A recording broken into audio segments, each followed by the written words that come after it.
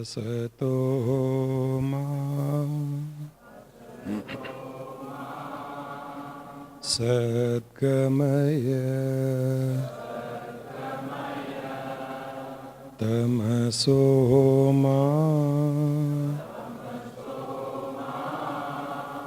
ज्योतिर्गमय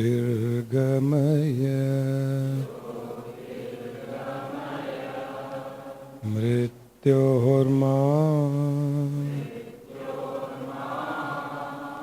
अमृतंगमय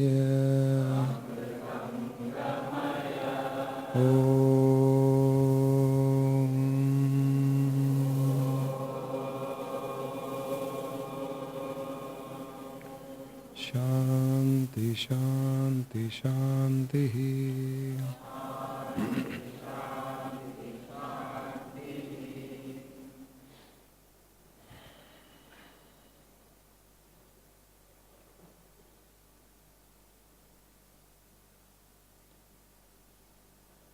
मनुष्य जीवन लेने का उद्देश्य अपने आत्मस्वरूप में स्थित होने के लिए ही होता है। अपनी आत्मा को जानना, उसका साक्षात्कार करना, उसमें स्थित हो जाना, यही मनुष्य जीवन का उद्देश्य है, यही लक्ष्य है। लाखों करोड़ों जन्मों के पश्चात मनुष्य जीवन प्राप्त होता है और इस जीवन की प्राप्ति का सबसे बड़ा लक्ष्य यही है कि अपनी आत्मा को जानना, क्योंकि और किसी योनि में अपनी आत्मा को जानना संभव नहीं हो सकता है। 84 लाख योनियों में केवल मनुष्य योनि एक ही ऐसी योनि है जिसमें हम हमारी आत्मा को जान सकते हैं, अपने आत्म स्वरूप में स्थित हो सकते हैं। आत्मा की साधना, आत्म साधना की 4 सीढ़ियां होती है। अपनी आत्मा को पहचानने की 4 सीढ़ियां होती है। अपनी आत्मा में स्थित होने के लिए 4 प्रकार की साधनाएं होती है। सबसे पहली होती है स्थूल आत्मा। स्थूल आत्मा की साधना उसे कही जाती है जहां हम किसी स्थूल वस्तु की, स्थूल मूर्ति की, स्थूल पूजा आदि करते हैं। हम मंदिर में, घर में, पूजा घर में स्थूल रूप से जब पूजा करते हैं, किसी मूर्ति की, किसी चित्र को लेकर के, किसी यंत्र की पूजा पाठ, हवन, यज्ञ, मंत्र जाप करना, भजन गाना,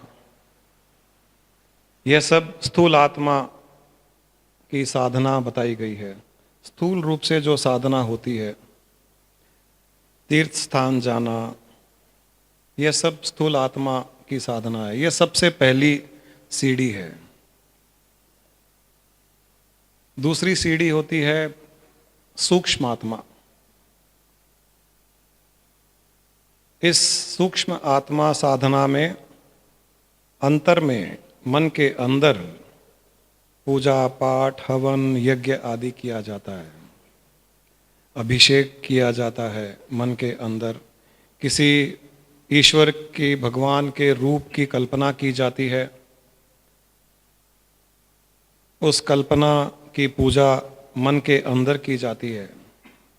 यंत्र की पूजा मन के अंदर की जाती है।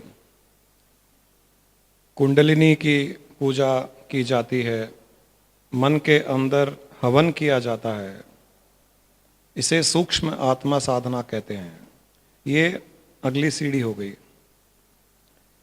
तीसरी भावात्मा, भावना के द्वारा की जाती है, जिसमें ध्यान किया जाता है। और भावात्मा में केवल आत्मा का ध्यान किया जाता है, चेतना का ध्यान किया जाता है। वहाँ पर कोई रूप या आकार का सहारा नहीं लिया जाता है। भावना के द्वारा कल्पना की जाती है अपनी आत्म स्वरूप की, शरीर से अलग चेतन स्वरूप की कल्पना की जाती है और उस पर ध्यान टिकाया जाता है। और आखिरी सीढ़ी होती है भावातीत आत्मा, जहां कुछ किया नहीं जाता है, वो निर्विचार स्थिति में निर्विकल्प समाधि की अवस्था मानी जाती है। वहाँ पर वो आत्मा में स्थित रहता है। वहाँ प्रयास करीब करीब समाप्त हो जाता है, कुछ साधना करने वाला प्रयास। भावातीत आत्मा वो उस भावना में स्थित हो जाता है, उसे भावातीत आत्मा कहते हैं कि भावना से भी वो परे चला गया। जब तक हम भावना करते हैं तब तक भावात्मा की स्थिति होती है। यहाँ भावना भी समाप्त हो जाती है और हम उसमें स्थित हो जाते हैं, वह होती है भावातीत आत्मा। सबसे पहले जो हम साधना करते हैं स्थूल आत्मा की, जहाँ पूजा पाठ, मंदिर जाना, तीर्थ जाना, घर में पूजा रूम में अभिषेक करना, भगवान के कपड़े वस्त्र बदलना, उनको भोग लगाना, यज्ञ हवन आदि करना, यह करने से हमें स्थूल वस्तुओं की प्राप्ति होती है। स्थूल पूजा, स्थूल वस्तु, उसका फल, धन दौलत, व्यापार में प्रगति, बिजनेस में एक्सपेंशन, मकान गाड़ी, मान सम्मान, ये सब स्थूल पूजा का फल होता है, स्थूल रूप से हमारे जीवन में हमें प्राप्त होता है। बच्चों की शादियां नहीं होती है, किसी के बच्चे पैदा नहीं होते हैं, वे जब स्थूल आत्मा की पूजा करते हैं तो उन्हें स्थूल रूप से उसका फल प्राप्त होता है। सूक्ष्म आत्मा की साधना जब की जाती है तो हमारे अंतर की शक्तियां बढ़ती है, क्योंकि हम हमारे ही अंदर साधना करते हैं, मन के अंतर में साधना करते हैं, मन की चेतना तक हम पहुंच पाते हैं, तो वहाँ पर हमारी अंतर शक्तियाँ बढ़ती है। उसमें इंट्यूशन पावर्स हैं, हमारी संकल्प शक्ति बढ़ती है, हम कुछ सोचते हैं वो कार्य होने लग जाता है। सारे ब्रह्मांड में हमारी तरंगें शक्तिशाली रूप से फैल जाती है। हम जैसा चाहते हैं उन लोगों को आकर्षित करते हैं, जिनको नहीं चाहते हैं वो हमसे दूर हो जाते हैं। इस प्रकार का फल सूक्ष्म आत्मा की साधना में प्राप्त होता है। तीसरा भावात्मा, जहाँ हम आत्मा की भावना करते हैं, चेतना का ध्यान करते हैं, कॉन्शियसनेस पर मेडिटेशन करते हैं, वहाँ हमारे कर्म जलने शुरू होते हैं। पहली दो साधनाओं में हम कर्मों के जाल में ही फंसे हुए हैं। स्थूल आत्मा में जब हम पूजा पाठ कर रहे हैं, यज्ञ आदि कर रहे हैं, होम कर रहे हैं, तीर्थ स्थान जा रहे हैं, बड़े बड़े मंदिर जा रहे हैं, वहाँ पर अभिषेक कर रहे हैं, ये सब जब हम करते हैं तो इसका फल हमें स्थूल रूप से मिलता है।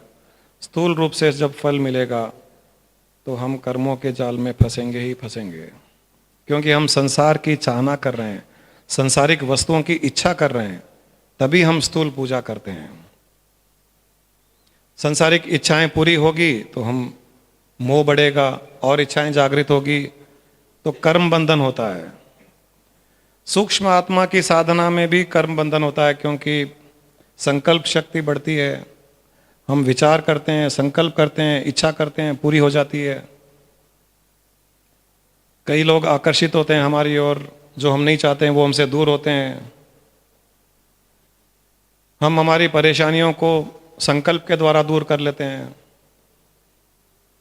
तो वहाँ पर भी हमारे कर्म चलते रहते हैं, कर्मों के जाल बुनते रहते हैं। भावात्मा में जहाँ पर केवल आत्मा पर ध्यान किया जाता है, जहाँ पर चेतना पर ध्यान किया जाता है, वहाँ पर हमारी स्थिति ऐसी हो जाती है कि जो भी जीवन में परिस्थिति आती है हम उसे एक्सेप्ट कर लेते हैं। हम कोई स्थूल वस्तु की चाहना नहीं करते हैं, उसकी इच्छा नहीं करते हैं, और स्थूल इच्छा पूर्ति होती है तो भी हम चाहते हैं कि इससे हम दूर रहें, क्योंकि हमारा आकर्षण, अट्रैक्शन हमारी आत्मा की ओर बढ़ जाता है, चेतना की ओर बढ़ जाता है, कॉन्शियसनेस की ओर बढ़ जाता है। और ध्यान के द्वारा जब हम आत्मा को प्रत्यक्ष देखते हैं, उसके दर्शन करते हैं, उसका साक्षात्कार करते हैं, तब हमारे कर्म जलकर भस्म होने लग जाते हैं। जब जब हम आत्मा के साक्षात्कार करते हैं, आत्मा को छूते हैं, आत्मा के साथ एक हो जाते हैं, चाहे थोड़ी देर के लिए हो, 1 मिनट भी अगर हमारा ध्यान आत्मा में लग जाता है तो 100 संचित कर्म जलकर भस्म हो जाते हैं। 1 मिनट के आत्मा पर ध्यान से 100 संचित कर्म जलकर भस्म हो जाते हैं। और इससे आगे जब हम भावातीतात्मा में पहुंच जाते हैं, जहां पर हम उस आत्मा में ही लीन है, उसी की मस्ती में है, निर्विकल्प समाधि में है, चेतना के सागर में डुबकियां लगा रहे हैं, तब कल्पना कर लीजिए कि कितने जन्मों के, हजारों लाखों जन्मों के कर्म, संचित कर्म जल करके नष्ट होते चले जाते हैं। जितनी देर हम उस भावातीत आत्मा में स्थित रहते हैं, हमारे पूर्व जन्मों के कर्म जल करके भस्म होते चले जाते हैं। यहाँ हमें मुक्ति प्राप्त होती है जब पूर्ण रूप से हमारे संचित कर्म, इस जन्म से पूर्व जन्म तक के संचित कर्म जल करके भस्म हो जाते हैं। और इस स्थिति में हमें यह आभास हो जाता है कि हम शरीर, मन, इंद्रियां, बुद्धि नहीं, हम शुद्ध चेतन आत्मा है। और शुद्ध चेतन आत्मा कर्मों को करने में ही सक्षम नहीं होती है, तो नए कर्म भी हम नहीं करते हैं। जब नए कर्म नहीं करते हैं और पूर्व जन्मों के कर्म जल करके भस्म हो जाते हैं, तब अगले जन्म का कारण नहीं बचता है, बीज ही नहीं बचता है। इसे कहते हैं मोक्ष पाना, मुक्ति प्राप्त होना, एनलाइटनमेंट होना।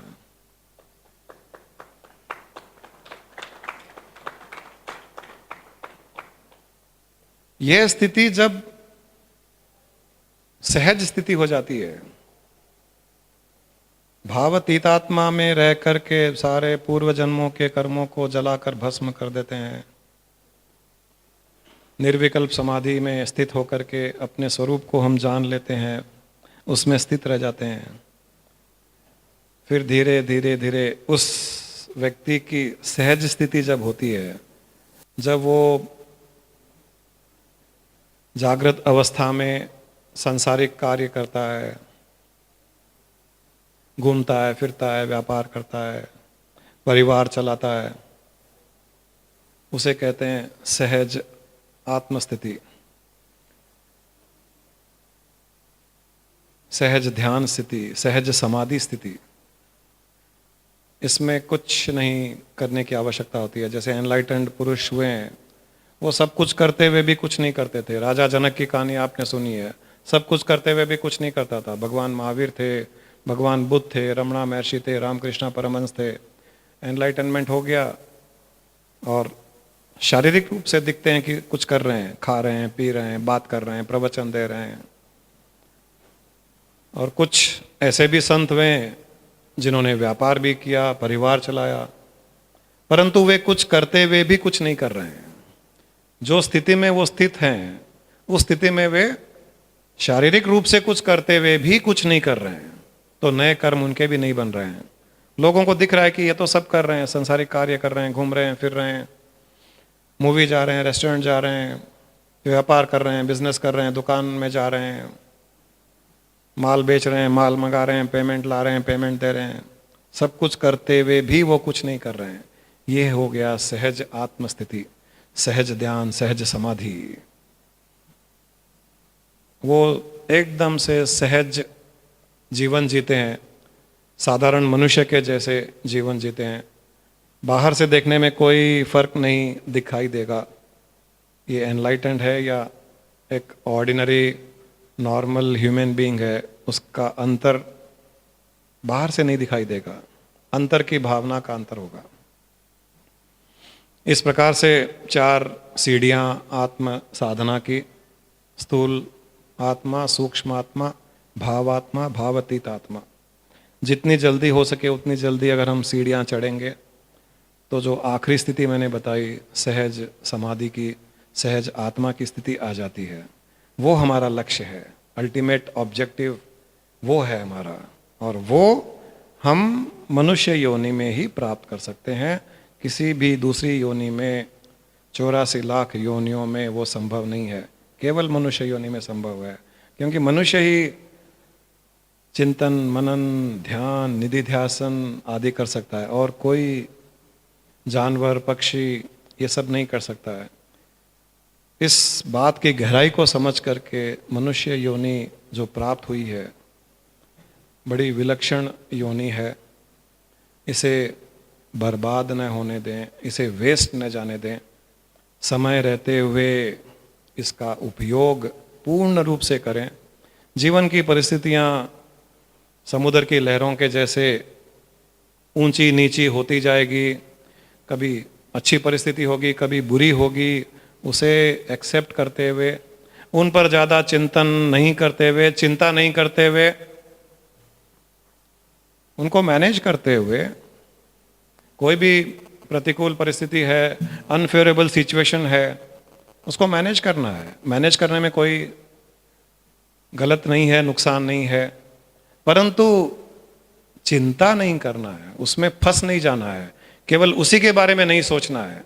सोचना है अपनी आत्मा के बारे में, भावना अपनी आत्मा की रखनी है, और संसार में जो परिस्थितियां आए उसे मैनेज करते हुए आगे बढ़ते जाना है। ये जो करेगा वो संसार में रहते हुए भी एक योगी का जीवन जिएगा।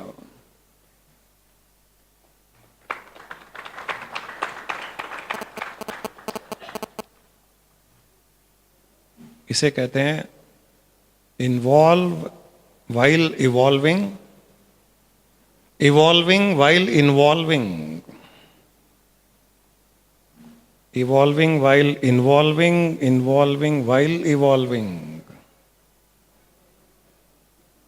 ये जीवन जो जिएगा, इन्वॉल्व होते हुए भी इवॉल्व होना, हर चीज में इन्वॉल्व होकर के भी हम इवॉल्व हो सकते हैं, कोई रुकावट नहीं है। ये तो जन्म जन्मों से हमारी आदत पड़ी हुई है कि जो शरीर कर रहा है वही मन कर रहा है, जो मन सोच रहा है वो शरीर कर रहा है, ये हमारी आदत पड़ी हुई है। हम इसको डिस्कनेक्ट कर सकते हैं। अगर डिस्कनेक्ट कर दिया तो शरीर कुछ भी करेगा, मुंह से आवाज कुछ भी निकलेगी, किसी से बातचीत करेगा, वार्तालाप करेगा, डिस्कस करेगा। मैं आपके सामने बैठ करके कुछ बात बता रहा हूं, मैं कुछ बोल रहा हूं, मन सोच रहा है, बोलने से पहले मन सोचेगा और जबान चलेगी, लेकिन ये सब होते हुए भी मैं मेरे स्वरूप में स्थित रह सकता हूं। इसे कहते हैं डिस्कनेक्ट करना, इन्वॉल्व नहीं हो जाना। इन्वॉल्व होकर के इवॉल्व होते जाना है, और इवॉल्व होते हुए इन्वॉल्व होना यानी अपनी साधना करते हुए भी संसार में रहना, साधना करते हुए परिवार को चलाना, साधना करते हुए व्यापार करना, साधना करते हुए हर कुछ करना। उसका अर्थ है इवॉल्व वाइल इन्वॉल्विंग। ये डिस्कनेक्शन जो कर लेता है वो जीत में रहता है, और जो डिस्कनेक्ट नहीं कर पाता है, इन्वॉल्व होते हुए केवल इन्वॉल्व ही होता है, इवॉल्व नहीं होता है। इवॉल्व होने के समय में केवल इवॉल्व भी होने की कोशिश करता है, इन्वॉल्व नहीं होता है, वो पूर्ण रूप से उस सहज स्थिति को प्राप्त नहीं कर पाएगा। सहज समाधि, सहज स्थिति को प्राप्त करना हो तो ये कॉन्सेप्ट ले आइए। और जो मैंने सहज स्थिति की बात की, उस स्थिति में जब सब कुछ कर रहा है वो, तब वो उसका दृष्टिकोण बदल जाता है। वो हर चीज में, हर वस्तु में उस आत्मा को ही देखता है, हर परिस्थिति में उस चेतना को देखता है, हर रूप में, हर आकार में केवल उसी को देखता है। उसी कहते हैं सहज समाधि, सहज आत्मस्थिति। ये हाईएस्ट है। वहाँ द्वैत भाव भी समाप्त हो जाता है। अद्वैत भाव, केवल एक ही एक है, केवल मैं ही मैं हूं। मैं ही बात कर रहा हूं, मैं ही सुन रहा हूं, मैं ही वक्ता हूं, मैं ही श्रोता हूं, मैं ही भोजन हूं और मैं ही भोजन करने वाला हूं। हर दृष्टिकोण में, हर कार्य में वो केवल अपने ही अपने स्वरूप को देखता है। तो ये इन 4 सीढ़ियों का सहारा लीजिए, आगे बढ़िए, आत्म साक्षात्कार कीजिए और जल्दी से सहज स्थिति में आ जाइए, क्योंकि संसार को भी तो भोगना है। अभी संसार को पूर्ण रूप से भोगना है, संसार से भागना नहीं है, संसार को छोड़ करके कहीं जंगल में गुफा में नहीं जाना है। अभी तो और संसार की प्रगति होने वाली है, उन्नति होने वाली है, और कई मॉल्स आने वाले हैं, कई मल्टीप्लेक्सेस आने वाले हैं, कई रेस्टोरेंट्स आने वाले हैं, कई तरह के बिजनेस करेंगे और बहुत सुंदर सुंदर चीज़ें देखने को मिलेगी। उनको भी भोगना है। उनको अगर अच्छी तरह से भोगना है तो इस सहज समाधि स्थिति में आ जाइए जल्दी से जल्दी। वो बहुत जल्दी संभव है। आगे से आगे सीढ़ियां चढ़ते जाइए। स्थूल आत्मा की पूजा कर रहे हैं, उसे छोड़ करके सूक्ष्म आत्मा की पूजा में जाइए। कई लोग ये कहते हैं कि अगर हम पूजा रूम में पूजा नहीं करेंगे, मंदिर नहीं जाएंगे तो गलत नहीं होगा क्या? मन में गिल्ट आता है, ग्लानि होती है। गलत नहीं है। गलत कैसे होंगे आप जिसकी पूजा कर रहे हो मूर्ति के द्वारा, आप दूसरी सीढ़ी पर जाने पर उसके और करीब जा रहे हो। गलत कैसे हो जाएगा? उसके नजदीक जा रहे हो आप घर में बैठे और आपका मंदिर 10 किलोमीटर दूर है, या तिरुपति जाना है जो 500 किलोमीटर दूर है, या केदारनाथ जी जाना है 3000 किलोमीटर दूर है। ये स्थूल आत्मा की साधना हुई। 3000 किलोमीटर दूर जाकर के आप भगवान के दर्शन करना चाहते हो। क्या वो ज्यादा अच्छी साधना है, या आंख बंद कर किया, भगवान का स्वरूप वहां देखा, उसके दर्शन कर लिए, वहीं उसकी पूजा कर ली, वहीं आरती कर ली? ये ज्यादा सही हुआ या वो 3000 किलोमीटर दूर जाकर के सही हुआ? ये ज्यादा नजदीक हुआ। यहां ईश्वर के ज्यादा नजदीक हो। वो तो चाहता ही नहीं कि आप इतनी तकलीफ उठाओ, इतने दूर आओ। वो कहते हैं मैं तो हूं, वहीं हूं। जहां मैं हूं तुम वहां मुझे ढूंढते नहीं हो, जहां नहीं हूं वहां भटकते हो। तो अगर ये पूजा छूट भी जाए, आपकी मंदिर जाना छूट जाए, पूजा रूम आपका बंद हो जाए, पूजा रूम में ताले लग जाए, कोई दिक्कत नहीं, कोई परेशानी नहीं। भगवान नाराज नहीं होगा। आपकी सूक्ष्म पूजा देख करके ऊपर से ताली बजाएगा कि ये मुझे चाहिए था।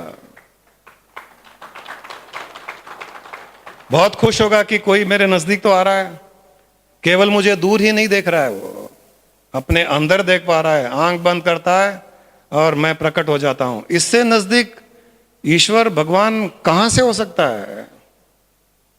और जब उस सीढ़ी को भी छोड़ करके आप उस रूप को, आकार को भी छोड़ करके, न कोई राम, न कोई कृष्ण, न कोई शिव, न कोई विष्णु, उसको भी छोड़ करके जब तीसरी सीढ़ी में चले जाते हो, केवल शुद्ध चेतन आत्मा, केवल प्रकाश ही प्रकाश, केवल आनंद ही आनंद, निराकार, सर्वव्यापक, सर्वशक्तिमान की स्थिति में चले जाते हो, तब भगवान भी आंख बंद करके आपका ध्यान करता है।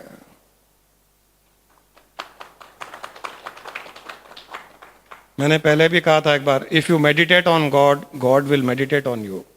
इसे कहते हैं गॉड के ऊपर मेडिटेट करना, शुद्ध चेतन प्रकाश आत्मा पर ध्यान करना।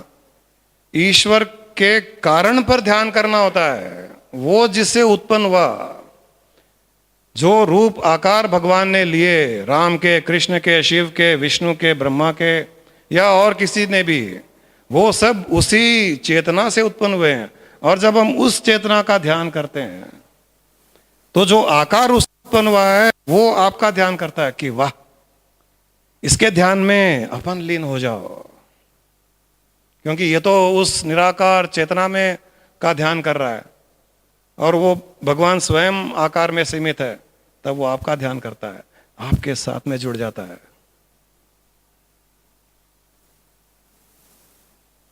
तो इस प्रकार की एक सीढ़ी छोड़ करके दूसरी सीढ़ी में जाने का भाव रखिए, थोड़ी हिम्मत रखिए, और ये मत सोचिए कि मैंने अगर पूजा पाठ बंद कर दी, मंदिर जाना बंद कर दिया तो वो नाराज हो जाएगा, वो मेरा नुकसान करेगा, एक्सीडेंट करेगा, मारेगा। ऐसा कुछ। धीरे धीरे हम उसके नजदीक जा रहे हैं। जब हम स्थूल छोड़ करके सूक्ष्म अंतर में जाते हैं तो उसके नजदीक जा रहे हैं। नजदीक जाने पर कोई नाराज नहीं होता है। जैसे हम किसी से दूर से बात कर रहे हैं और कुछ देर के बाद उसके नजदीक जा करके उसे गले लगते हैं, तो गले लगने पर वो नाराज थोड़ी होगा। हाँ, दूर से बात करने पर कभी कभी नाराज हो सकता है, क्योंकि आपके एक्सप्रेशन दिखते हैं, आपके शब्दों पर ध्यान जाएगा। गले लगने पर आपके एक्सप्रेशन भी नहीं दिखते हैं उसको, तो उसको लगता है केवल प्यार ही कर रहा है। आप गुस्से में भी गले मिलिए, उसको लगेगा प्यार कर रहे हो। भगवान के नजदीक जाने से वो नाराज नहीं होगा। इसलिए पहली सीढ़ी स्थूल आत्म साधना को छोड़ करके दूसरी सीढ़ी में जाइए, सूक्ष्म आत्मा अंतर में पूजा पाठ यज्ञ आदि कीजिए। फिर तीसरी सीढ़ी पर जाइए, केवल शुद्ध चेतन आत्मा का ध्यान। फिर चौथी सीढ़ी पर जाइए, जहाँ उसमें स्थित होने लग जाओ। फिर वहाँ से वापस आइए, सहज आत्मस्थिति, सहज ध्यान स्थिति। फिर संसार में सब कुछ करते हुए भी कुछ नहीं करोगे, ये आपकी प्राप्ति। तब कहा जाएगा कि हाँ, मनुष्य जीवन को इसने पूर्ण उद्देश्य के लिए जिया।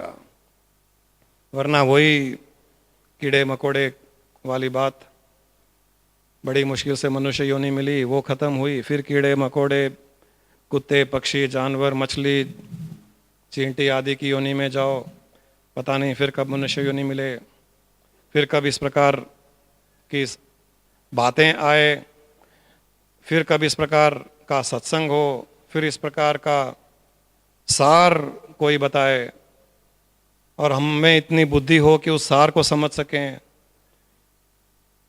अच्छे गुरु, अच्छे शिष्य बनना, अच्छी बुद्धि प्राप्त करना, अच्छा परिवार प्राप्त करना, हर परिस्थिति अनुकूल परिवार में हो, ये भी बहुत विलक्षण है, बहुत मुश्किल से प्राप्त होता है। और ये प्राप्त होने पर भी अगर हमने उसका उपयोग नहीं किया तो ये जीवन बेकार चला जाएगा। इस रहस्य को समझ करके आगे बढ़िए। कठिनाई आए तो आपकी सेवा में हम हाजिर हैं, आपको वहाँ से उठा करके अगली सीढ़ी में ले जाने के लिए, दूसरी सीढ़ी से तीसरी सीढ़ी में ले जाने के लिए मैं तो तत्पर रहता हूँ। जैसे वो ब्रह्म परमात्मा तत्पर रहता है कि मैं जीव से मिलूं, उसी प्रकार एक गुरु भी तत्पर रहता है कि शिष्य को आगे बढ़ाऊं। और जैसे जैसे आगे बढ़ता है वो बहुत खुश होता है, बहुत प्रसन्न होता है। 24 घंटे वो शिष्य के बारे में सोचता है, गुरु शिष्य के बारे में सोचता है। शिष्य तो कभी कभी सोचता होगा, दिन में 2-4 बार सोचता है, गुरु 24 घंटे सोचता है। इतना अंतर आ जाता है। जब हम आगे बढ़ते हैं तो गुरु की दृष्टि हम पर टिकी हुई रहती है, हटती नहीं, क्योंकि उसके जीवन का लक्ष्य और कुछ है ही नहीं। यही है कि जीवात्माओं को आगे बढ़ाओ और उसमें लीन करो, उस ब्रह्म से मिला दो, हर का आत्म साक्षात्कार करवा दो। और जितने आत्म साक्षात्कार होते जाएंगे, जितने ब्रह्म स्वरूप में लीन होते जाएंगे, उतनी उसकी कमाई बढ़ती जाती है। जैसे आपको बिजनेस में अगर कमाई होती है तो आप खुश होते हो, वैसे गुरु की कमाई ये है कि उसके शिष्य, उसके चाहने वाले, उसके पास जाने वाले आगे बढ़ रहे हैं, उसकी वो कमाई है। ये अलग बात है कि उसके कभी नुकसान होता नहीं है, उसके केवल कमाई कमाई होती है, नुकसान होता है तो शिष्य का होता है। तो इस रहस्य को पकड़ करके आगे बढ़िए। आपका मार्गदर्शन करने वाले यहाँ है, आपकी उंगली पकड़ करके आपके साथ में चलने के लिए तैयार हैं, तत्पर हैं। उनके जीवन का उद्देश्य और कुछ नहीं, यही है कि एक एक को कंधे पर बिठा करके वहाँ पहुँचा दें।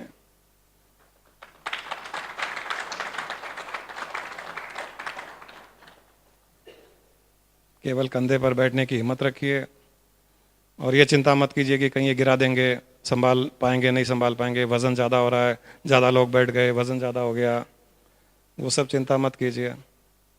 वो जिसने उठाया उसको करने दीजिए। कोई इस विषय में किसी को कुछ पूछना हो और क्लैरिफिकेशन चाहिए?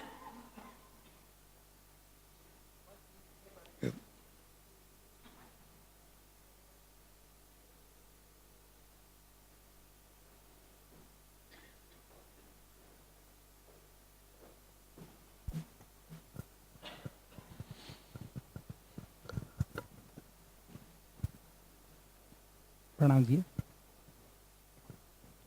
प्रणाम गुरु जी। मैं दो प्रश्न एक साथ पूछना चाहता हूँ। ये भावातीत स्थिति को प्राप्त करने के लिए क्या तीनों स्थिति से गुजरना जरूरी है? और दूसरा प्रश्न, ये जो कुंडली जागरण होता है, क्या वो उस स्थिति को पहुँचने के लिए शॉर्टकट है? और ये है क्या चीज़ कुंडली जागरण?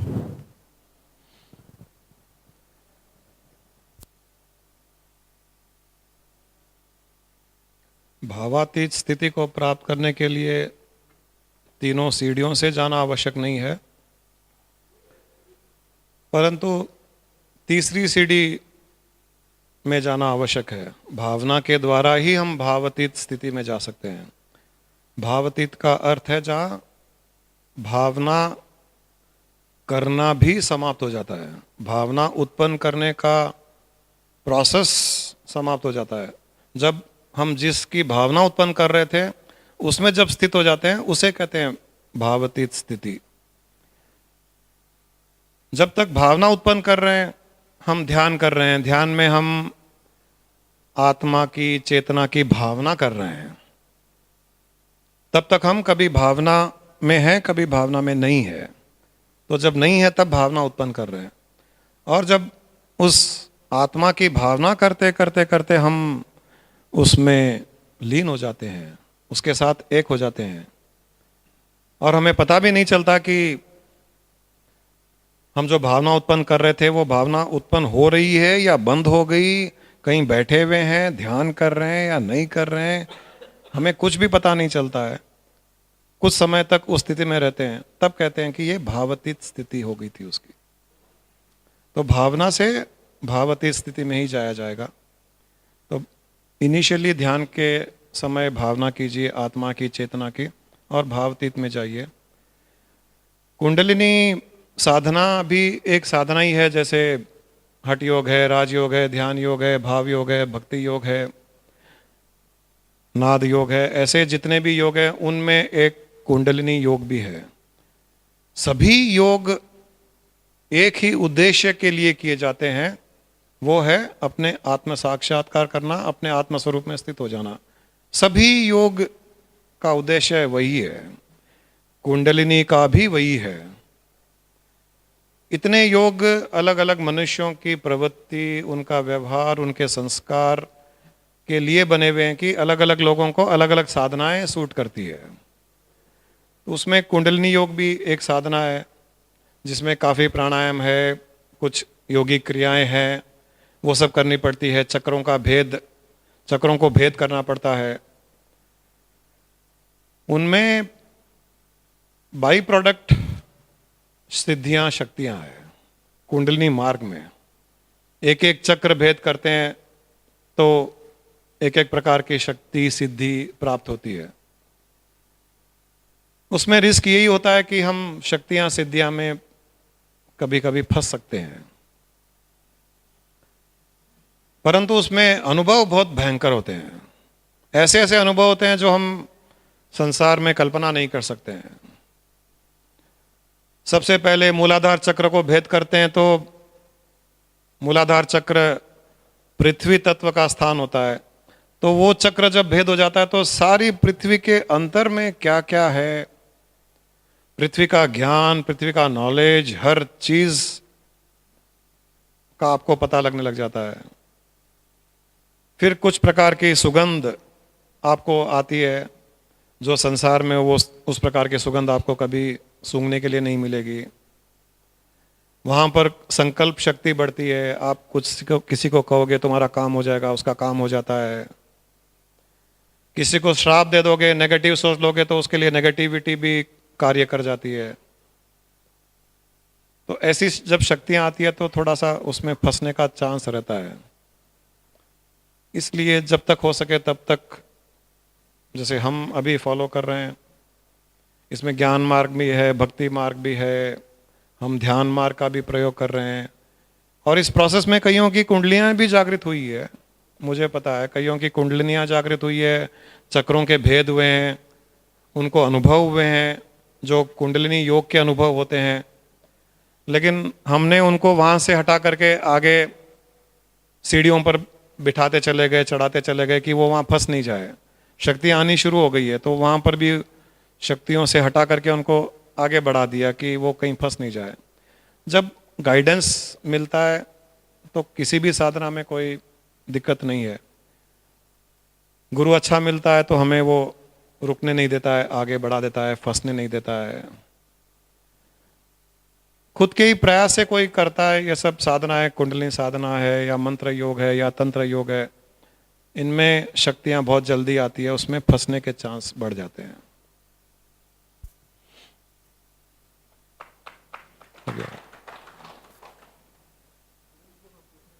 ऑन नहीं है। गुरुजी, जो मैं पूछना चाह रहा था आपने आंसर दे दिया। वो आपका आंसर हो गया।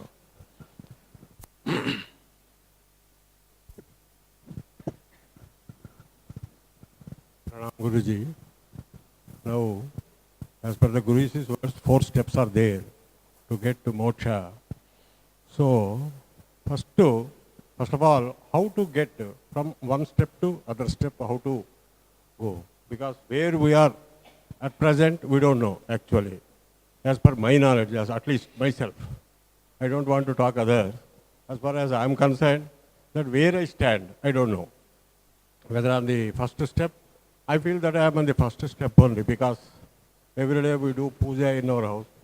Puja means just offering some flowers, some lightning, agarbatti, and some rasad. And the only prayer is, Loka samasta sukhino bhavantu. Because as far as we are concerned, we have no desires. So as at present, I am at that stage. How to go to Sushma Atma, and from there to Bhavatma and Bhavatit Atma. I will be happy if Guruji explains in a proper way. Nothing wrong in doing external puja, nothing wrong in going to a temple, nothing wrong in lighting lamp or diya or nothing wrong. But you should not get stuck there. Number one. Number two, evolving on a regular basis means that even if you are doing an external puja, you start seeing that Atma only in an external puja. Then even while you are doing external puja, you will be evolving towards the third and fourth step.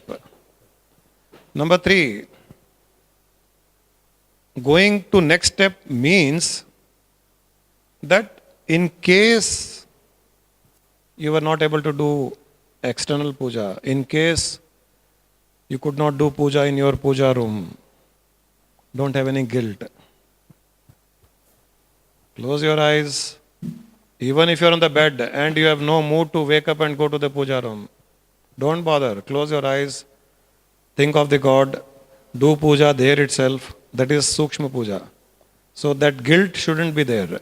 If there's a guilt of not doing external puja, if there's a guilt of not going to the temple, if there's a guilt of not going to any tirth yatra, tirth sthan, then you are already into next. But if there's a guilt, then know that you are stuck in the first step itself. So get out of the guilt. There is that you should not do any external puja, but bhava should be of the Atma. Then you are evolving. And going to next step, as I already said, you have to close your eyes and imagine God. If you are accustomed of doing external puja, do the same puja internally, in the mind. through pure bhava. Do all those rituals which you do externally in the mind, that is called going to next level. And in the third level, as I said, forget of the form, forget of rituals, forget of internal puja, homa, yajna also. Pure meditation on consciousness, on Atma, on the formless entity of that being. That is the third step. And what is the result of the third step, Guruji? Result of third step is fourth step. Only to get force. Because in Sthola Atma, we are going to get some the materialistic things. Yeah. Whereas in Sushma Atma, I think we are getting some. Okay. From that aspect, as I said, the result of third aspect is to burn our karmas. As you start becoming one with the Atma, as you start becoming one with that consciousness, your karmas start burning. Your sanchit karmas starts extinguishing. That is the result of the third sadhana. And in the fourth, as you graduate from the third to the fourth and remain in the fourth for some time, then all your sanchit karmas gets burnt. And as you remain longer and longer, even new karmas you stop performing. Because you know you are not the physical body, you are not the mind who perform deeds. That formless consciousness is incapable of performing any deed. So with that state, whatever you do, you don't get bound to the karmas or deeds. So that leads to ultimate. Thank you, Guruji.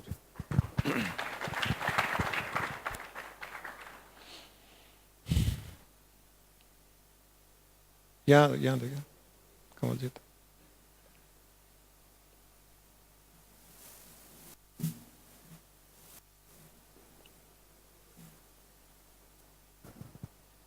गुरुजी, आप जब meditation करवाते हैं तो mostly जो meditation है आज्ञा चक्र के होते हैं, तो आज्ञा चक्र जो है, क्या ये सब चक्रों में मेन है या सब इस पे आज्ञा चक्र पे ध्यान करने पे सबका ध्यान होता है? जैसे कि विजुअलाइजेशन भी है तो आज्ञा चक्र पे, और गिफ्ट टेक्निक भी आज्ञा चक्र पे, या बहुत सारे ध्यान ऐसे हैं जो आज्ञा चक्र पे ही आप कहते हैं कि आज्ञा चक्र पे कीजिए.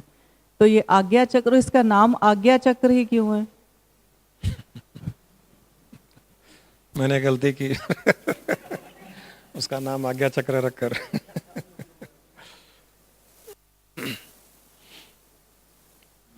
आपने सही कहा कि आज्ञा चक्र पर ध्यान करने से बाकी सब चक्रों का ध्यान स्वतः ही हो जाता है. नंबर 1. नंबर 2, ऐसा भी नहीं है कि केवल आज्ञा चक्र पर करने से ही हमें आत्म साक्षात्कार होता है, वो भी नहीं है. वहाँ ध्यान आसानी से लगता है और उसका फल भी बहुत जल्दी मिलता है, इसलिए वहाँ पर किया जाता है. नंबर 3, आज्ञा चक्र एक ऐसा पॉइंट है, स्पिरिचुअलिटी में हम बताते हैं कि जहाँ कॉन्शियसनेस, जो चेतना है, आत्मा की चेतना या परमात्मा की चेतना, जो सर्वव्यापक चेतना है, वो आज्ञा चक्र पर कन्वर्ट होती है और प्राण बन जाती है. प्राण बनने से शरीर चलता है, मन, इंद्रियां, बुद्धि चलती है. और जब रिवर्स हम ध्यान करते हैं तो वहीं पर प्राण वापस चेतना बन जाता है. तो हम, आपने कई बार देखा होगा कि हम ध्यान करते हैं तो हम हमारे श्वास पर ध्यान देते हैं, हम प्राण पर ध्यान देते हैं और प्राण को आज्ञा चक्र पर ले जाते हैं. वहाँ पर थोड़ी देर रोक करके जब हम ध्यान करते हैं तो कई लोगों ने अनुभव किया कि वो ध्यान प्राण से हटकर, श्वास से हटकर शुद्ध चेतन स्वरूप में चला जाता है. किसी को प्रकाश दिखता है, किसी को एकदम निराकार स्थिति में वो स्थित हो जाते हैं. तो ये कन्वर्शन होता है आज्ञा चक्र पर. हम कहते हैं कि कॉन्शियसिंग प्राणा एट आज्ञा चक्र, pranifying consciousness at Agya Chakra, that takes place. Pranifying of consciousness takes place. Consciousness of prana take place at Ajna chakra. तो इसका एक बहुत महत्व है, ध्यान करने के लिए एक बहुत अच्छा केंद्र बिंदु भी है, एक बहुत अच्छा स्पॉट भी है और उसका बहुत स्पिरिचुअल सिग्निफिकेंस भी है। आंखों को जितना हम नज़दीक ध्यान के लिए रखेंगे उतना ध्यान में मन एकाग्र होता है। आंखें जितनी दूर ध्यान करेगी किसी केंद्र बिंदु पर, क्या बात है, ऐसे ऐसे कर रहे हैं, कुछ समझ में आ गया, तो उतनी आंखें मटकने का, चलने का मौका बन जाता है और आंखें थोड़ी भी हिलने से मन भी हिलता है। आप हृदय पर ध्यान कीजिए, मूलाधार चक्र पर ध्यान कीजिए और किसी केंद्र बिंदु पर ध्यान कीजिए जो आंखों से थोड़ा सा दूर है, तो आंखें हिलती है। आंखें जब ऊपर नीचे जाती है या साइड में हिलती है तो मन भी चंचल हो जाता है। आंखें और मन, इन दोनों का एक कनेक्शन होता है। रात में जब आप नींद में हो और सपना चल रहा है, अगर लाइट खोल करके देखा जाए, गुरबचन सिंह जी को बोलिए, आज देखेंगे, इनको पता चल जाएगा कि आप सपना देख रहे हो या डीप स्लीप में हो। इनको मतलब किसी को भी, जो मनुष्य सोया हुआ है और उसका जब सपना चल रहा है तो उसकी आंखें चलती रहती है नींद में, यहाँ वहाँ, यहाँ ऊपर नीचे साइड में घूमती रहती है आंखें, क्योंकि सपने में कोई दृश्य दिख रहा है, सपने में कहीं जा रहा है, किसी को देख रहा है, डर रहा है, खींच रहा है, वहां देख रहा है, यहाँ देख रहा है, तो आंखें भी हिल रही है साथ में। तो उसका मतलब है मन उस समय चंचल है। और जब डीप स्लीप में होते हैं, सुषुप्ति अवस्था में, तब आंखें नहीं चलती है, एक जगह एक स्थिर हो जाती है। तो यहां पर करने का उद्देश्य यह भी है कि मन को स्थिर आसानी से किया जाए। ये स्पॉट है जो आंखों के सबसे नजदीक है और दोनों आंखों के बीच का स्थान है। यहां करेंगे तो दोनों आंखों को यहां आना पड़ेगा, यहां करेंगे दोनों आंखों को वहां जाना पड़ेगा, फिर एक आंख थक जाएगी एक तरफ तो इधर उधर घूमने शुरू हो जाएगी। यहां स्पॉट है जो दोनों आंखों के बीच का स्पॉट है, तो दोनों आंखों को बराबर ध्यान का मौका मिल रहा है, एकाग्रता होने का मौका मिल रहा है। सबसे करीब स्थान ये होता है, इसलिए ध्यान यहाँ पर बहुत आसानी से और बहुत इफेक्टिव होता है अगर लगा लिया जाए तो। एक बहुत बड़ा रहस्य आज उजागर हुआ होगा।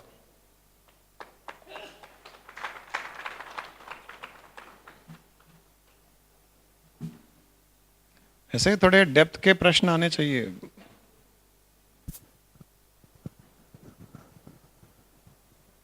नमस्कार गुरुजी।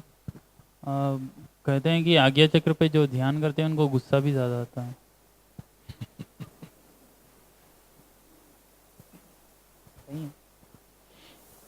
आ सकता है गुस्सा, तो आज्ञा चक्र पर करो, मूलाधार चक्र पर करो, सहस्त्रार में करो, कहीं भी करो, गुस्सा आ सकता है। ऐसा नहीं है कि आज्ञा चक्र पर ध्यान करने से गुस्सा ज़्यादा आता है। वो तो जिसकी गुस्से की प्रवृत्ति है वो तो कहीं भी ध्यान करेगा गुस्सा आ जाएगा उसको। केवल आज्ञा चक्र पर ध्यान करने से गुस्सा नहीं आता है। परंतु एक आपने जो बोला उसका भी कुछ अर्थ है, मतलब है। आज्ञा चक्र पर ध्यान करने से शुरू में, स्टार्टिंग में जोर पड़ता है, सिर पर प्रेशर आता है, आंखों पर जोर पड़ता है, कंसंट्रेशन करने में उसको बहुत प्रेशर डालना पड़ता है। वो प्रेशर बाद में गुस्से के द्वारा रिलीज होता है, इसलिए उसको गुस्सा आता है कई बार। जैसे आपका काम का प्रेशर है, आप काम करके प्रेशर में घर आते हो तो पत्नी पर गुस्सा निकालते हो, तो प्रेशर होता है किसी चीज़ का, रिलीज और कहीं होता है। जैसे कुकर के अंदर प्रेशर है और आप कुकर के पास खड़े और वो प्रेशर रिलीज होता है, तो आपके मुंह के ऊपर जाएगा, मुंह जलेगा। प्रेशर कुकर के अंदर था, रिलीज और किसी जगह हुआ। तो वैसे ही इस प्रकार ध्यान करने से शुरू में कई बार उस प्रेशर के कारण वो रिलीज गुस्से के द्वारा निकलता है। तो वो हमको, जैसे मैं कहता रहता हूँ कि ध्यान के साथ साथ आपको व्यवहार पर भी ध्यान देना पड़ेगा, नेगेटिविटी पर, गुस्से पर, वो भी ध्यान की सहायता करते हैं अगर आप उन पर ध्यान दो तो केवल ध्यान करना ही इनफ नहीं है। यम नियम की जो बातें की जाती है, जो अष्टांग योग में बताई जाती है, पतंजलि ऋषि ने बताई है, तो उसमें वही है कि आप अच्छा व्यवहार रखिए, लाइफ को एक अच्छी रूटीन दीजिए, फिर आगे चल करके ध्यान आदि कीजिए, शरीर को स्वस्थ रखिए, योगासन कीजिए, प्राणायाम कीजिए। ये सब भी साथ में एक पैकेज बन जाता है। ध्यान मतलब केवल ये नहीं कि हम बस खाली ध्यान करते हैं और कुछ नहीं करते हैं। ध्यान के साथ साथ दूसरी चीज़ें भी करनी पड़ती है। खाने पीने का संयम है, बोलने का संयम है, व्यवहार में संयम है, ये सब भी फॉलो करेगा तो ध्यान का रिजल्ट बहुत जल्दी आगे मिल जाएगा। और केवल ध्यान करो, अगर इनका सपोर्ट नहीं लोगे तो जैसे आपने कहा वैसा संभव है कि वो गुस्से के द्वारा रिलीज हो pressure.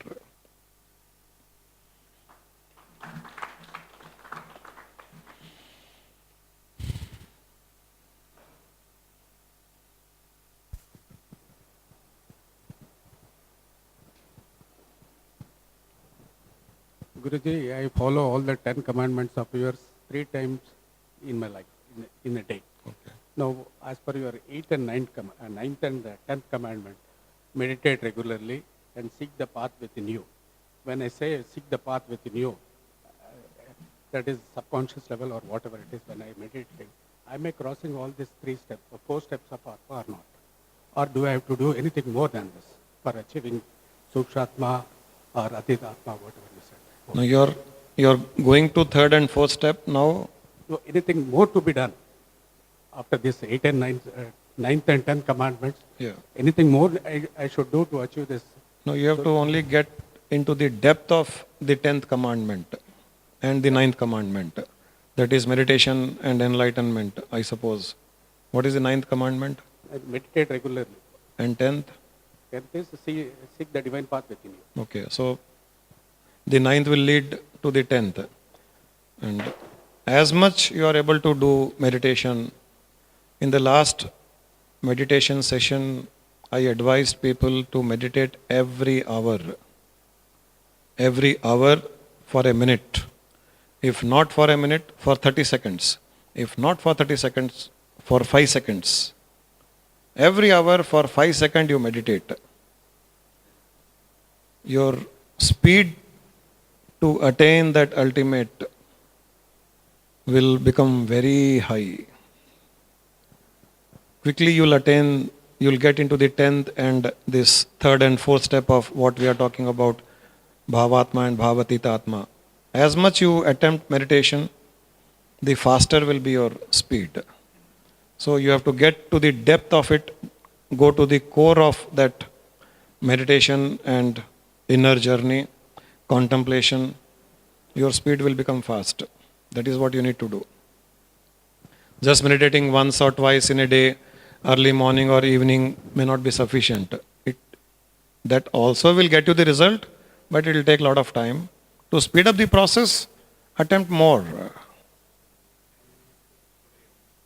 1 minute, 10 seconds, enough.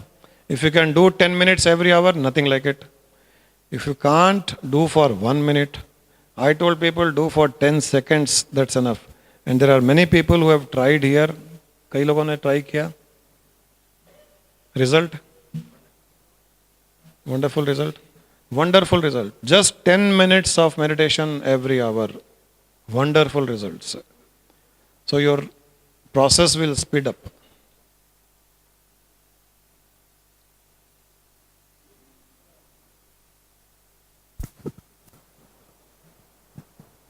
Namaskar Guruji. My question is, when you are not well, when you are in pain, do the meditation or the mind will not, cannot make you very, concentrate on the meditation. So how do you overcome that, how to do the meditation at that time?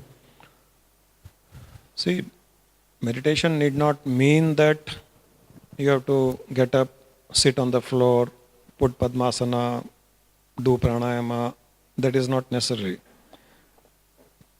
If you are sick, there's a pain, maybe headache or some other pain in the body, lie down in the comfortable posture. There's a pain, concentrate on the pain itself. If you cannot focus on something else, concentrate on the pain.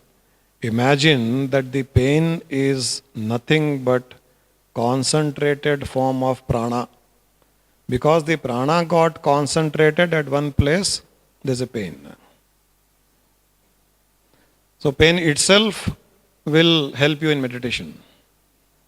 Focusing on pain itself will help you in meditation. This is what I was talking of, evolving while involving.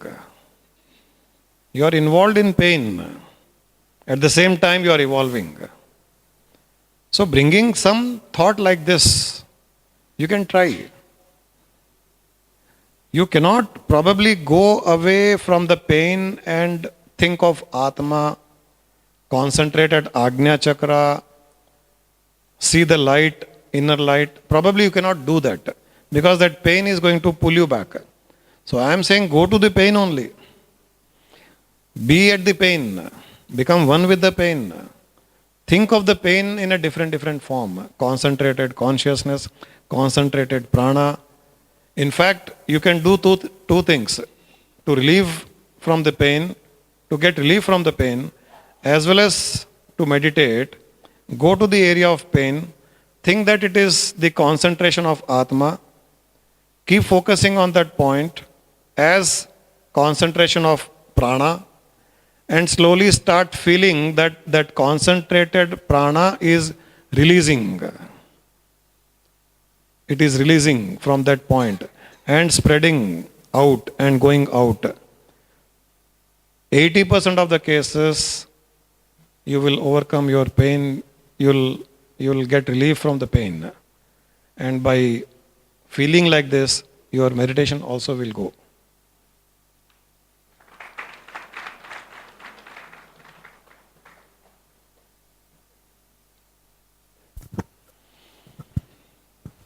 प्रणाम गुरुदेव। आज्ञा चक्र से भी ऊपर सहस्त्रार है, direct सहस्त्राकार पर भी ध्यान कर सकते प्रभु? आराम से किया जा सकता है, कहीं पर भी कर सकते हैं। ये तो हम जब एक 50-100 लोगों को ध्यान करवा रहे हैं तो ऐसे जगह करवाते हैं जहाँ थोड़ा आसानी से हो जाए और उसका रिजल्ट उनको मिले। जब आप ध्यान करते हुए काफ़ी समय हो गया और ध्यान बहुत आसानी से सहज लगने लग जाता है, तब आप किसी भी जगह स्थान में ध्यान कीजिए जो आपको सूट करे। सहस्त्रार तो बहुत अच्छा स्थान है ध्यान के लिए, वहाँ ध्यान कीजिए और वहीं से आप उस भावाती स्थिति में पहुँच जाओगे।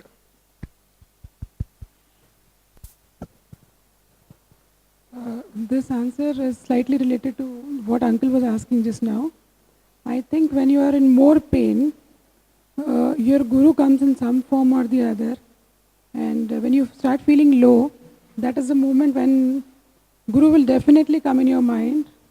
And I think that acts as a healer. This I have experienced many a times. The minute I start feeling low, somewhere or the other, I get connected. अचानक गाड़ी में बैठती हूँ, सीढ़ी में अचानक गुरुजी का something which is related to my feeling low start coming. Somebody comes and suddenly starts speaking to me in the way Guruji starts speaking to me. And I think I have never ever enjoyed my situation of pain before as much as I do now. Because that is a time I am more connected with Guruji. Regularly I used to have migraine problem earlier before. So then I used to darken my room and sleep and used to see why the hell do I have this problem.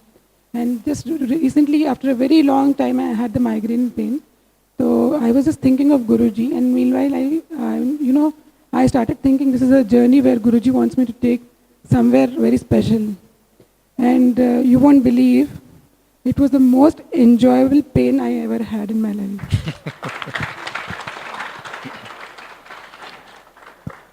enjoying migraine. Nothing better can.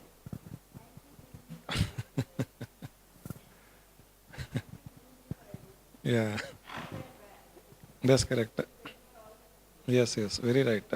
This is what you have to evolve. This is what any master, any guide will feel proud of teaching.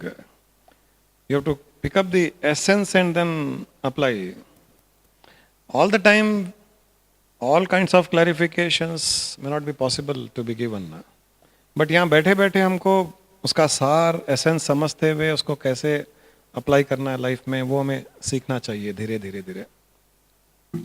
This is absolutely a brilliant form of evolving even in pain. I mean, I was just talking of evolving while involving, which meant while doing all kinds of worldly activities you evolve. But this is much, much beyond that. That even in pain, even in sickness, वो कविता बैठी है यहाँ पर, उनके बहुत बड़ा operation हुआ था. So I told her, before you go to operation theater, do this sadhana, hand over your physical body to the surgeon, और ये करते करते अपना साधना करते करते आपको बेहोशी आ जाएगी, एनेस्थीसिया विल बी गिवन, और वापस जब आओगे तो वहीं से आप कंटिन्यू करना जब होश में आ जाओगे. तो पता ही नहीं चला, डॉक्टर्स पूछ रहे हैं आपको डर लग रहा है, बोलते नहीं डर क्या लग रहा है, आप बॉडी को ले लीजिए, काटिए पीटिए ठोकिए, सिलाई कीजिए, वेल्डिंग कीजिए, उसको लेथ मशीन पर ड्रिलिंग कीजिए, कुछ भी कीजिए. हमें is what is called evolving in every situation of life. ये जब टेक्निक मिल जाती है ना, लाइफ बहुत स्मूथ हो जाती है, बहुत इजी हो जाती है, and you are also going higher and higher every day every moment. हाँ संजय. गुरुजी, जो अवेयरनेस लेवल है, is there any connection between the awareness level and the food we take during the day? The day we are more aware, we take lesser food or lesser food. Yeah, and very choiceful food. And the day when we are not so aware or not so feeling good, then we tend to eat more food and all kinds of food on that day, like junk foods and whatever it is. Yeah. Then when the awareness is there, we are a little more of choosy and careful.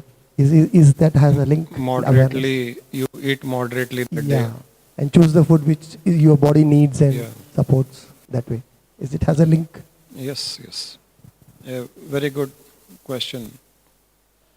I mean, खाली यहाँ बता दूं कि वो जो awareness की बात कर रहे हैं, वो अवेयरनेस अपने स्वरूप की अवेयरनेस की बात कर रहे हैं, और विटनेसिंग की बात कर रहे हैं. एज ए डिफरेंट एंटिटी हर चीज़ को विटनेस कर रहे हैं, उसका अवेयरनेस रहते हुए उनका ये पूछना है कि जब तक अवेयरनेस है तब तक that craving for food is much, much less. And when you are not into the awareness and you are entangled into the worldly matters, then craving for food, craving for taste, चाट, मसाला पूरी, पानी पूरी, सब खाने की इच्छा करती है, और डबल ट्रिपल 4 टाइम्स खा लेते हो. एकदम सही है, because tension, inner tension generates a lot of acid in the stomach. Too much thinking consumes your energy and makes your taste buds dance on the tongue.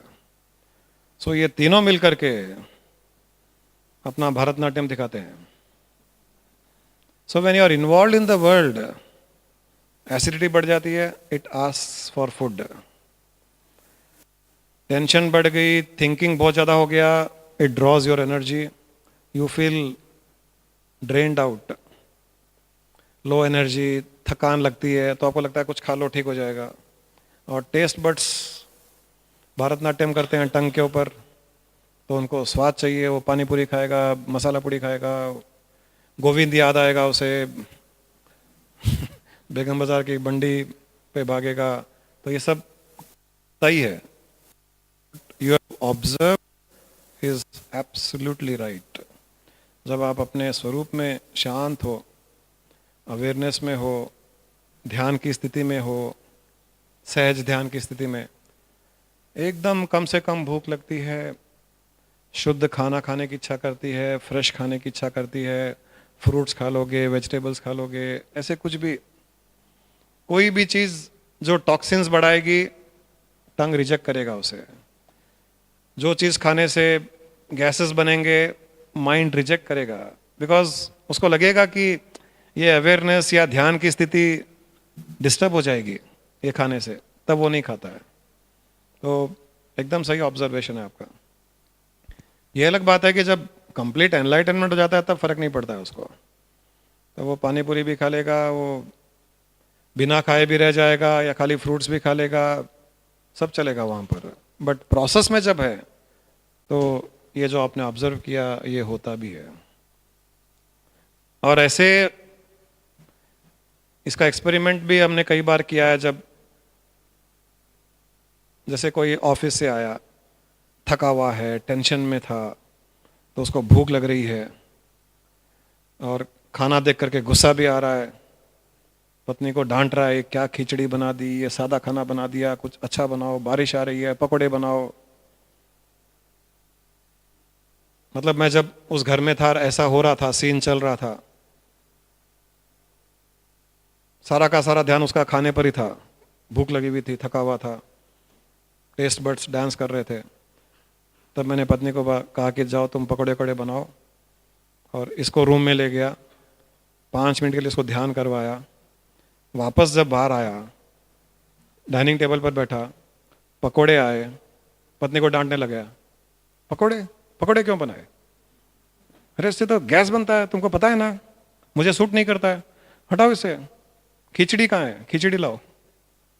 खिचड़ी को देख करके गुस्सा आया था, 5 मिनट के बाद में खिचड़ी मांग रहा है। ध्यान में जैसे ही मन शांत हुआ, उसका स्वाद बदल गया, जीभ शांत हो गई, एसिडिटी कम हो गई। वो मेडिटेशन एंटासिड का भी काम कर लेता है। तो इतना फर्क पड़ जाता है 5 मिनट में।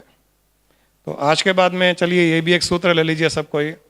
कभी गुस्सा आ रहा है, खाने की इच्छा कर रही है, पत्नी को डांट रहे हो खाने के लिए, भूख लगी हुई है, थके हुए लग रहे हो, ये याद रख लीजिए, गुरुजी ने बोला है किसी रूम में जाना है या कुर्सी पर बैठ जाना है, 5 मिनट मेडिटेशन करना है, फिर वहाँ से बाहर आइए, सब चीज़ ठीक हो जाएगा।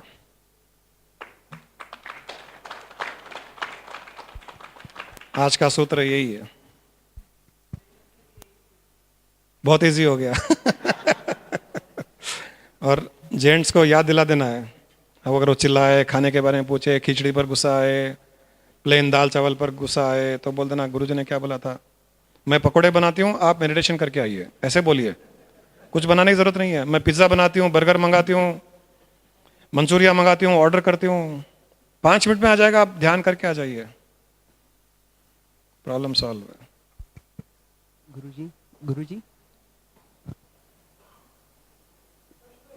गुरुजी हाँ, लाइव स्ट्रीम पे आदित्य पूछ रहे हैं कि जो भावातीत स्थिति में जो इंसान होता है, क्या उसको पता चलता है वो उस स्थिति में स्थित है? हाँ, जब वो भावातीत स्थिति में होता है तो उसे पता चल जाता है, क्योंकि इनिशियली भावातीत स्थिति का अर्थ है कि हम ध्यान में इतने लीन हो जाएं कि हमें पता ही नहीं चले कि हम कितनी देर ध्यान में बैठे, हम कहाँ थे, शरीर का आभास नहीं हुआ, ध्यान करने की प्रक्रिया समाप्त हो गई। जैसे हम ध्यान करने के समय सांस पर ध्यान कर रहे थे या मंत्रों का जाप कर रहे थे, वो भावना की स्थिति थी, या हम भावना कर रहे थे कि मुझे प्रकाश दिख रहा है। परंतु जब वो बंद हो जाए, शरीर स्थिति समाप्त हो जाए, शरीर भाव नहीं रहे, और कितनी देर आप उस स्थिति में रहे, वो भावातीत स्थिति होती है। तो वो एक इंडिकेशन होता है। धीरे धीरे धीरे ये बढ़ता रहता है तो हमको पता चलता है कि हम भावातीत स्थिति में थे।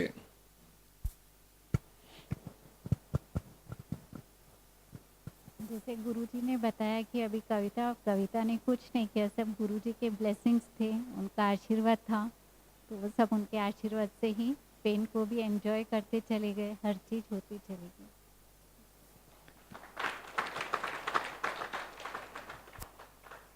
आशीर्वाद भी उन्हीं को मिलता है जो पुरुषार्थ करते हैं। जैसे गुरु कहते हैं उसको फॉलो करते हैं, उनको आशीर्वाद मिलते ही आया। ऐसा नहीं है कि गुरु बोलता जा रहा है वो अपनी मन की कर रहे हैं और आशीर्वाद भी मिल रहा है, ऐसा तो नहीं हो सकता है। भगवान भी जैसे मैंने कहा कि उसी का ध्यान करता है जो भगवान का ध्यान करता है, अर्थात जो अपने गुरु का, भगवान का, ईश्वर का, शास्त्रों का मान मर्यादा रखता है, उनके वचनों पर चलता है, तो आशीर्वाद की तो कोई कमी नहीं है उसके पास में, तो आशीर्वाद तो बहता रहता है। लेकिन कहीं ना कहीं हमको समर्पित होना पड़ता है, समर्पण भाव में होना पड़ता है। समर्पण भाव आशीर्वाद को अंदर लाने का मेन डोर होता है। समर्पण भाव से मेन डोर खुल जाता है, तब आशीर्वाद आता है। आशीर्वाद वरना मेन डोर के बाहर खड़ा रहता है, वेट करता है वो। तो ये बहुत आवश्यक है। इसलिए हमको गुरु के वचनों पर, उनके गाइडेंस पर चलते रहना चाहिए, आशीर्वाद आता जाएगा। शक्ति तो आती है, वहां से कोई डाउट नहीं है।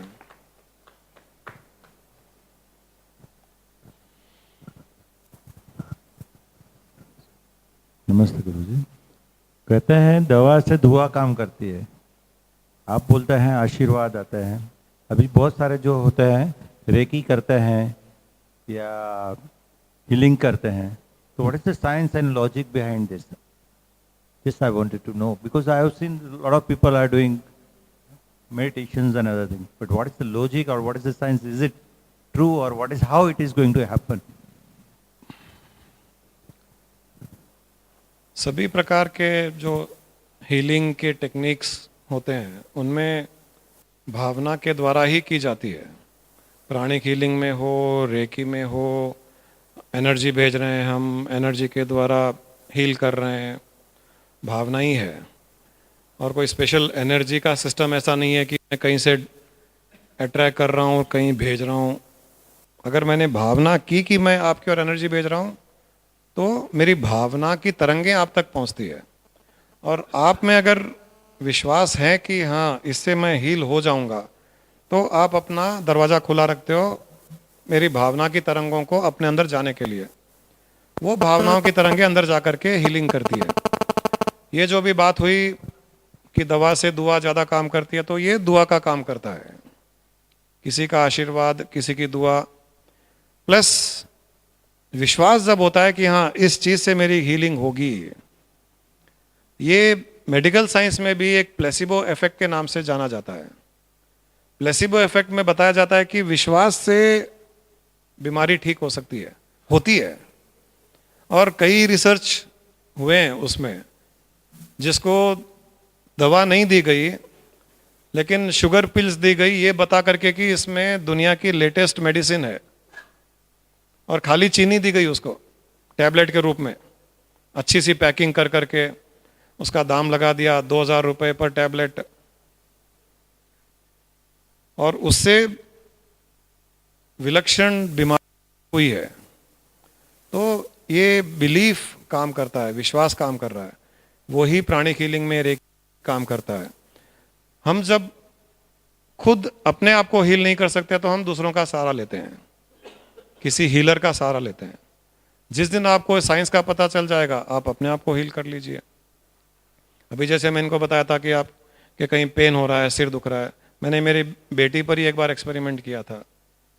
उसके बहुत सिर दुख रहा था, तो मैंने उसको कहा कि तुम उसके ऊपर 2 मिनट कॉन्सेंट्रेट करो, पेन के ऊपर, जहाँ पेन है वहाँ पूरा कॉन्सेंट्रेट कर करके फील करो कि वहाँ एक ब्लास्ट हो रहा है, और वहाँ पर कोई ब्लॉकेट था वो खुल गया है, और ब्लास्ट होकर के पेन पूरा गायब हो गया है। अपेक्षा बैठी ना यहाँ पर, एक्सपीरियंस तुम्हारा शेयर करो एक बार।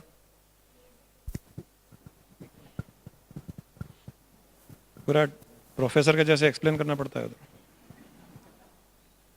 बहुत ज़्यादा सीवियर हेडेक था, तो डैड ने जो तरीका बताया वो फॉलो किया and I actually had immediate relief. तो उसके बाद वेरी ऑफन मैं वही यूज़ करने लगती थी। Instead of taking pain killers immediately मैं विजुअलाइज करती थी वो जगह पे, and I used to feel that there is pain relief immediately. Science यही है। और जो बीमारियां होती है वो बेसिकली इमोशनल इम्बैलेंस के कारण होती है। 90% बीमारियां जब हमारा एक कोऑर्डिनेशन, एक हार्मनी खत्म हो जाता है between body, mind, soul, breath, prana, emotions, भावनाएं, उसके कारण बीमारियां पैदा होती है। और उसमें भावना प्रधान होता है। तो उस बीमारी को हम उसी की दवा से ठीक कर रहे हैं, भावना के द्वारा। तो प्राणिक हीलिंग रेकी का कॉन्सेप्ट यही है। बेसिकली इट इज सो, क्योंकि माइंड से ही हम भावना उत्पन्न कर सकते हैं। माइंड भावना को उत्पन्न करने में सहायता करता है। So you think of A positive thought, you think of pain relief, and when intensity increases, mind के थॉट भावना उत्पन्न करता है और वो भावना रिलीफ देती है हमको।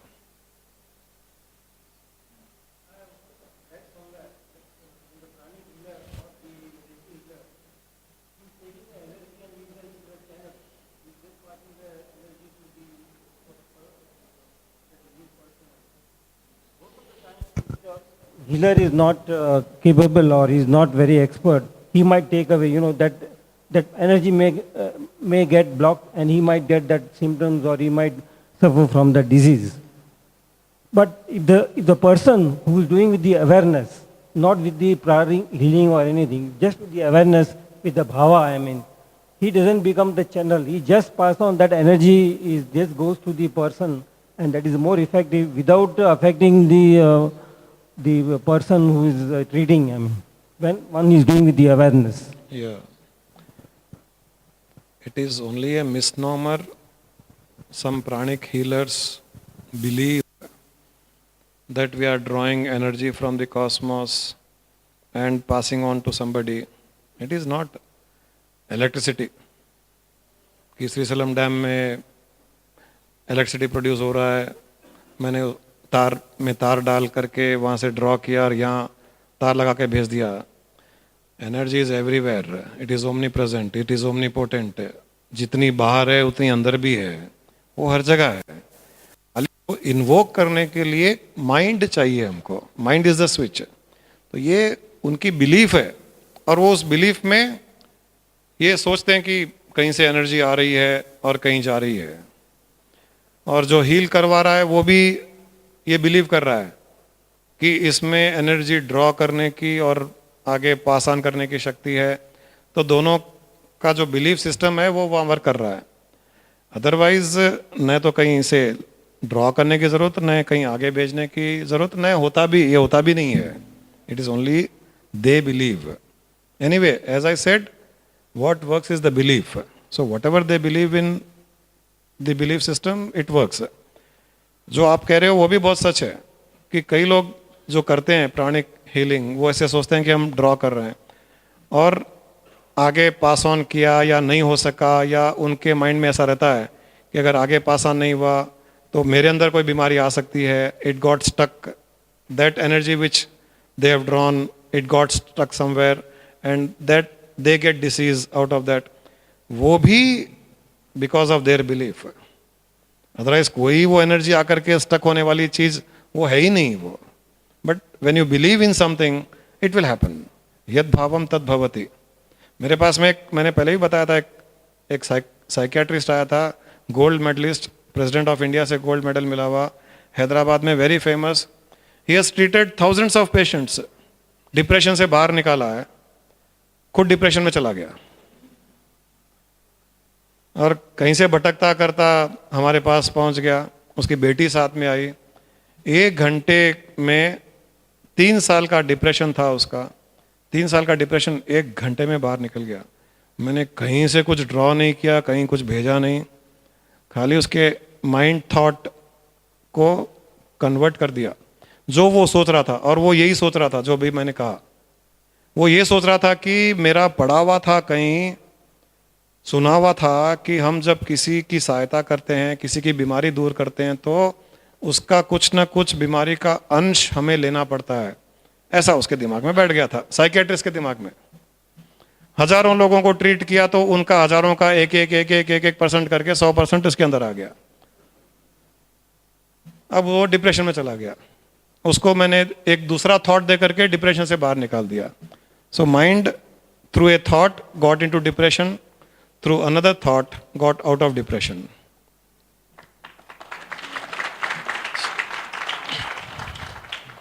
हो गया टाइम आज का, 8 बज गए ना।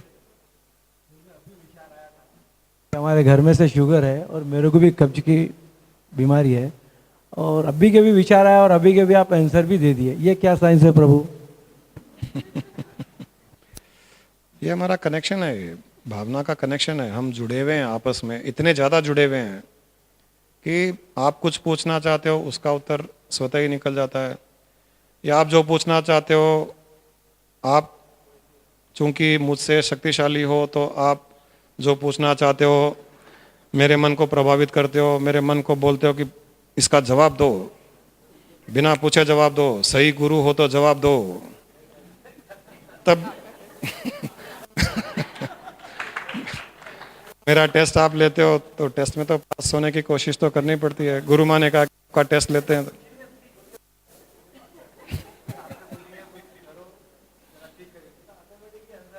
हाँ तो वही ना, तो आपने टेस्ट लिया है कि गुरु जानते नहीं जानते, मन पढ़ सकते हैं नहीं पढ़ सकते हैं, मेरी भावना पहुंचती है नहीं पहुंचती है, उत्तर देते हैं नहीं देते हैं।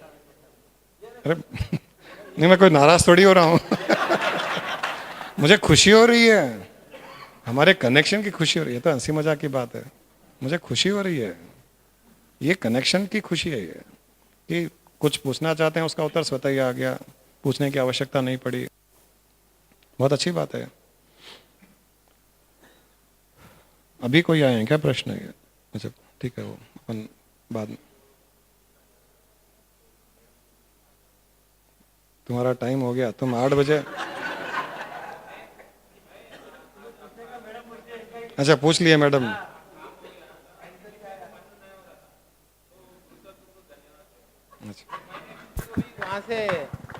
वहाँ से मैडम पूछ लिए। कौन से मैडम? आज्ञा चक्र के बारे में सुबह सुबह आपको याद करा था, आपको मालूम हुआ कि नहीं मालूम हुआ? तो ये पूछना चाहता था, मगर ये आत्म साक्षात्कार के बारे में आप 4 स्टेप्स बोले, तो अभी क्या मैं एवरी टाइम हाईलाइट हो रहा हूँ, मेरे माँ को भी बता रहा हूँ, देखिए गुरुजी भी मेरे को ऐसा बोल रहे बोल के, तो मेरे को एक जैसा क्रेडिट लेना ईगो जैसा, अभी मैं आज खामोश रह जाता हूँ बोल के हो गया। मगर वो क्वेश्चन मैडम पूछ ले, वही मैं प्रॉब्लम। और वो जब पूछ रहे थे ना, मुझे तुम्हारा ही ध्यान आ रहा था। धन्यवाद गुरुजी। और तुमने ध्यान दिया नहीं दिया, मैंने उत्तर के समय भी तुम्हारे का ध्यान किया था। हाँ गुरुजी। क्योंकि जब तुम सुबह पूछ रहे थे वो प्रश्न मन से, अब डायरेक्टली उत्तर देने के बदले मैंने वो प्रश्न को डाइवर्ट कर दिया और किसी के दिमाग में, उनके दिमाग से वो प्रश्न उठवा दिया और तुमको उत्तर दिलवा दिया। बहुत बहुत धन्यवाद गुरुजी। थोड़ा ईगो तुम्हारा कम हो गया, थोड़ा ईगो किसी का बढ़ा दिया। ये माया चलती रहती है। आज का सब्जेक्ट बहुत अच्छा रहा, बहुत अच्छा विषय रहा। याद रखिए 4 सीढ़ियाँ, स्थूल आत्मा, सूक्ष्म आत्मा, स्थूल पूजा, सूक्ष्म पूजा, भावना के द्वारा ध्यान आत्मा का, और भावातीत, यहाँ एनलाइटनमेंट हो जाता है।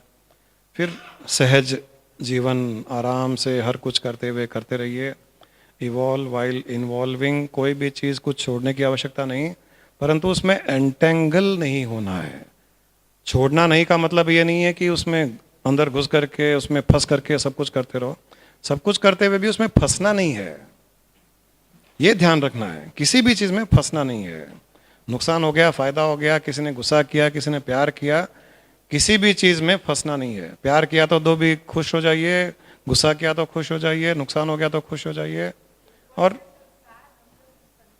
वाह, वेरी गुड।